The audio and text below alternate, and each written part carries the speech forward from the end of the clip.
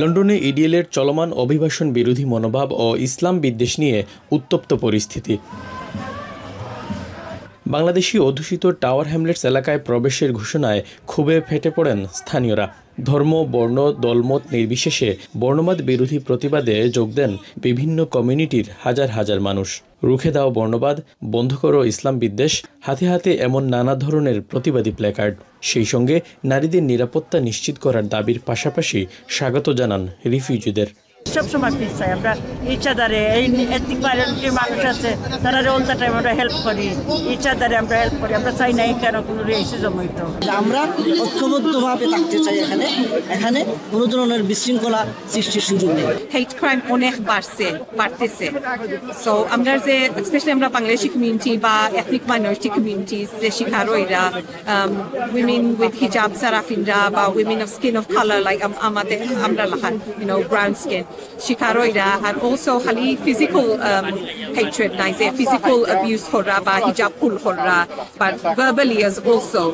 সাম্প্রতিক সময়ে সেন্ট্রাল লন্ডনে টমি রবিনসনের ইসলাম বিদ্বেষ ও অভিবাসন বিরোধী সমাবেশের পর থেকে দেশজুড়ে উদ্বেগজনক হারে বেড়েছে বৈষম্য।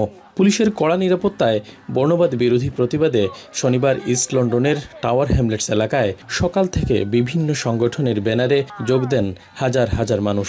গান গেয়ে কিংবা ছন্দের তালে তালে অভিনব পদ্ধতিতে বৈষম্যের প্রতিবাদ করেন। অনুষ্ঠানে যোগ দেন মূলধারার রাজনীতিবিদ, বিভিন্ন সামাজিক ও সাংস্কৃতিক সংগঠনের নেতৃবৃন্দ।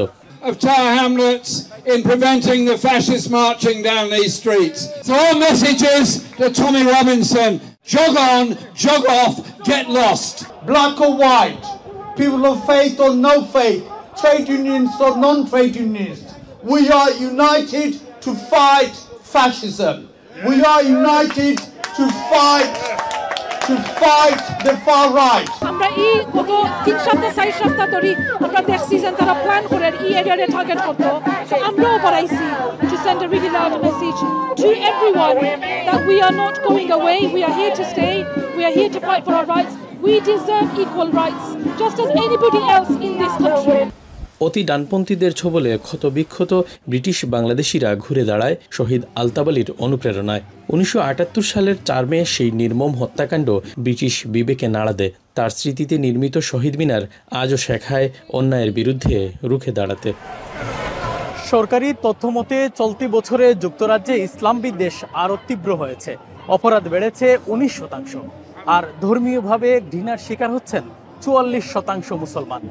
এ অবস্থায় মসজিদ ও মুসলমানদের নিরাপত্তায় অতিরিক্ত 1 কোটি পাউন্ড বরাদ্দের ঘোষণা দিয়েছেন প্রধানমন্ত্রী কিয়ার স্টারমার। শরীফুল ইসলাম চৌধুরী, এখন লন্ডন।